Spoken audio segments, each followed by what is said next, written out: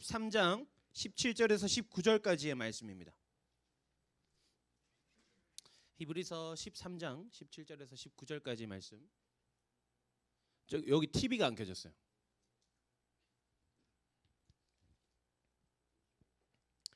우리 세 절의 말씀 강사님이 17절 읽고 여러분들이 18절 그리고 우리 다 같이 19절 읽습니다. 너희를 인도하는 자들에게 순종하고 복종하라. 그들은 너희 영혼을 위하여 경성하기를 자신들이 청산할 자인 것 같이 하느니라. 그들로 하여금 즐거움으로 이것을 하게 하고 근심으로 하게 하지 말라. 그렇지 않으면 너희에게 유익이 없느니라.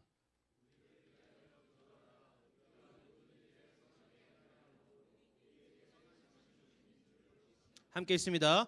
내가 더 속히 너희에게 돌아가기 위하여 너희가 기도하기를 더욱 원하노라. 아멘. 오늘 제목 제자의 도리.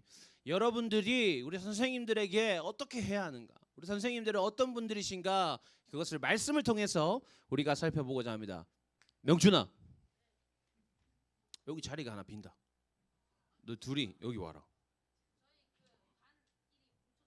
괜찮아, 안 뭉쳐도 되니까 이리 와라.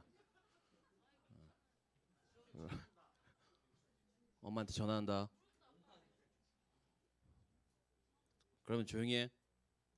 시계 보지 마. 그래서 제자들이 우리는 어떻게 해야 하는가 선생님들에게 그것을 말씀을 통해서 우리가 살펴보도록 하겠습니다. 우리 첫 번째 한번 따라해 봅시다. 선생님에게 여러분 크게 따라하세요. 선생님들을 따라하지 마세요. 선생님 따라하지 마시고 여러분 크게 따라하세요. 따라합니다. 선생님에게 순종하고 복종해야 한다. 네. 우리가 복종해야 한다라고 하면은 조금 뭔가 거부감이 들어요. 뭔가 뭐야 군대야 뭐야 뭐 이런 생각이 들기도 하는데 뭐 그런 부정적인 의미가 아니라 선생님들의 하시는 모든 그 인도와 말씀 가운데 우리가 순종할 수 있어야 한다. 그것을 반복적으로 나타냈다. 그러니까 그만큼 중요하니까 선생님들의 말씀에 우리가 순종하고 수긍하는 것이 그만큼 중요하니까 순종하고 복종하라 이렇게 사도 바울이 두 번이나 반복해서 아니 사도 바울은 아니고 이 성경에서의 히브리서 기자가 그렇게 말하고 있는 겁니다. 에베소서 4장 11절 말씀을 보니까 여러분 그가 어떤 사람은 사도로 어떤 사람은 선지자로 어떤 사람은 복음 전하는 자로 어떤 사람은 목사와 교사로 삼으셨으니 이렇게 기록되어 있습니다.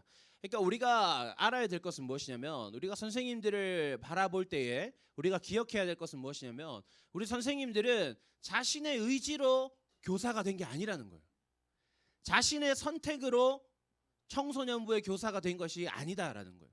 하나님께서 우리 선생님들을 교사로 세우셨다라는 것을 알아야 돼요. 그러니까 우리 선생님들의 선생님 된 것은 우리 선생님들의 그 선생님이라는 그 어떤 직분, 직책을 가진 것에 그 권위는 누가 세우는 것이냐? 하나님께서 세우시는 것이다 라는 것을 우리가 기억해야 합니다. 그러니까 여러분 우리가 교회에서 여러분들의 반 모임을 할 때나 또 평일에 선생님들 연락 주시고 할 때에 하나님께서 여러분들을 위해서 왜 구약시대에 제사장을 통해서 백성들로 하여금 제사를 드리게 한 것처럼 제사장들을 통해서 이스라엘 백성들이 하나님을 만날 수 있도록 하신 것처럼 우리 선생님들을 통해서 여러분들이 하나님을 만날 수 있도록 하나님이 세우신 분들이다라는 것을 여러분들이 기억할 수 있어야 한다는 거죠.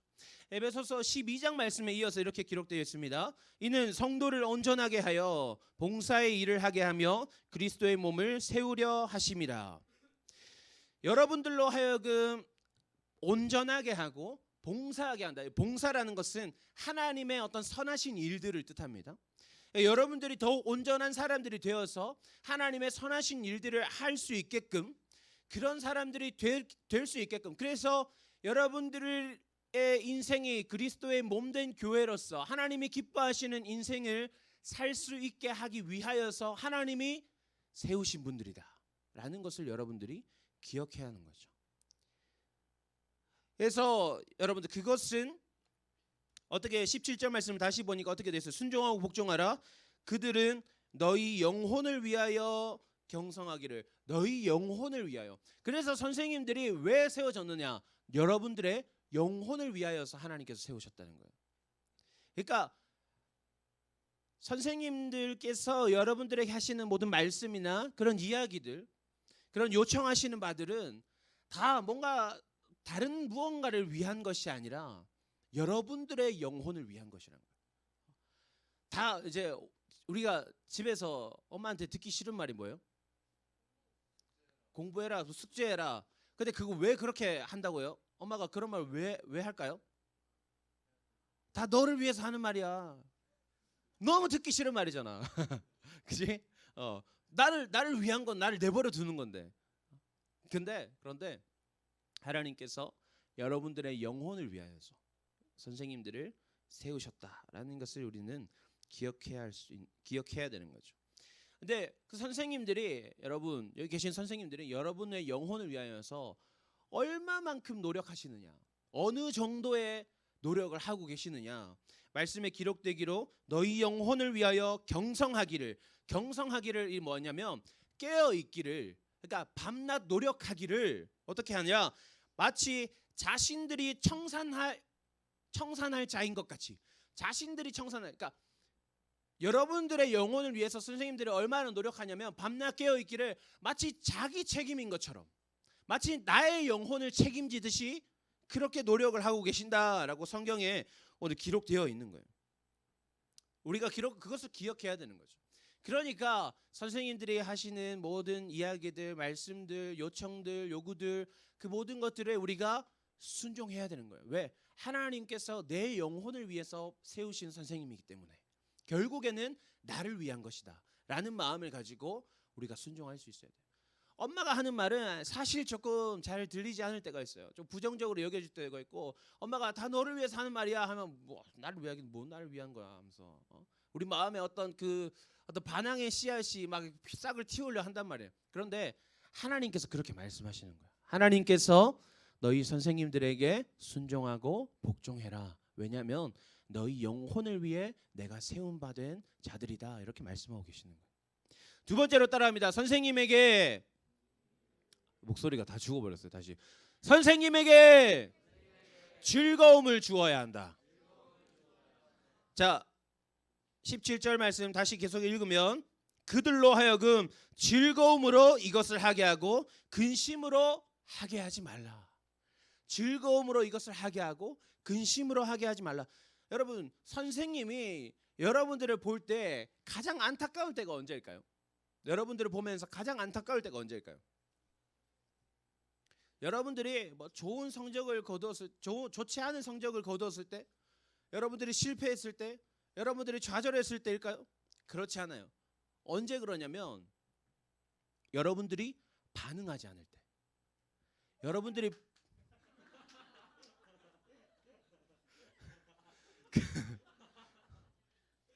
그런 반응은 조금 아쉬운 반응이다. 아무튼 간에 좋았어요. 좋았어요. 분위기 좋았어요. 자, 아무튼 까먹었잖아. 잠깐만 뭐야.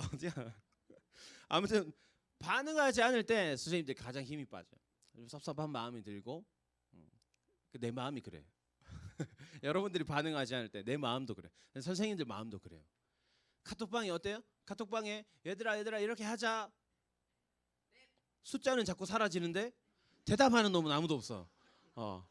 그럴 때 어떤 마음이 드냐면 그 카톡방을 나가고 싶어요. 그냥. 내가 사라지면 이 아이들이 대답을 할까? 막 이런 고민이 들기도 하고, 내가 뭐 말을 잘못했나, 표현을 잘못했나, 막 이런 생각이 들기도 하고, 오만 가지의 생각이 다 들어요. 여러분들 반응이 없으면 힘들어지는 거예요. 즐거움이 없어지는 거지. 아니, 다른 거 바라잖아요. 그냥 이렇게만 해도 돼. 아니 요즘은 그거 있잖아. 이렇게 카톡에다가 이렇게 꾹 클릭하면 그 이모티콘 남기는 거 있잖아요. 그거라도 하라고. 그러니까 읽었으면 읽은 척을 하라고. 열받을 뻔했습니다.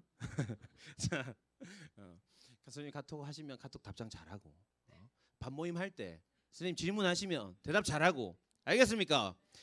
못하는 거 괜찮아요. 그러니까 실력이 없는 거 괜찮아. 그런데 반응하지 않는 것은 또 다른 문제예요.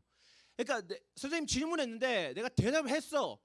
틀렸어. 틀린 거 중요하지 않아. 대답을 했다는 것 자체가 중요한 거예요. 알겠습니까? 그래요. 이렇게 대답하는 거예요. 설교할 때 제발 대답 좀 잘해주려고. 자, 서로의 소통과 서로의 화합이 일어날 때 서로 간에 즐거움이 생겨나는 거예요. 고린도전서 3장 6절에 보니까 사도 바울이 고린도 교회 성도들을 향해서 이렇게 표현합니다. 나는 심었고 아볼로는 물을 주었을 때 오직 하나님께서 자라게 하셨나니. 그러니까 이 성도들을 약간 이제 기르는 식물에 비유해서 표현한 거죠. 강사님 얼마 전에 강사님 사무실 책상에 로즈마리 화분을 샀어요.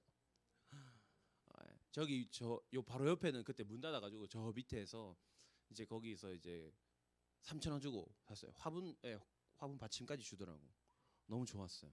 3,000원 주고 사가지고 화분을 기르고 있는데 그 화분을 보면서 가장 기쁠 때가 언제인지 알아요?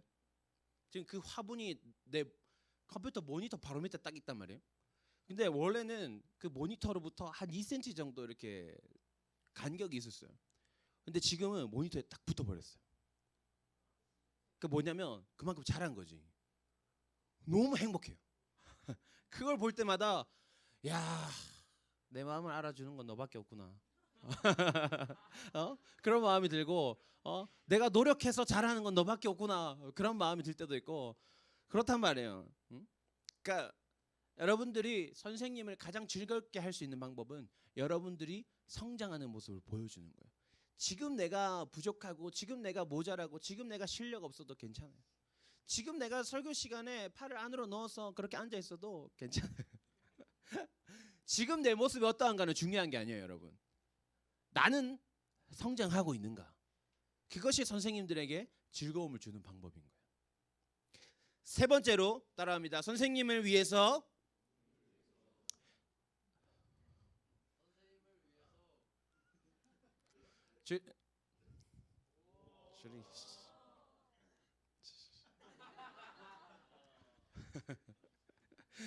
자, 따라합니다. 선생님을 위해서 기도해야 한다.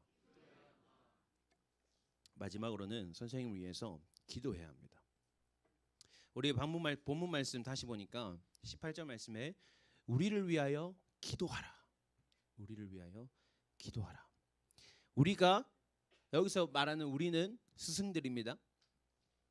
그래서 우리가 모든 일에 선하게 행하려 함으로 우리에게 선한 양심이 있는 줄을 확신하노니 우리에게 선한 마음이 있는 줄을 확신하노니 선생님들의 여러분들을 향한 그 모든 마음은 하나님이 주시는 선한 마음이라는 것을 여러분들이 기억해야 됩니다.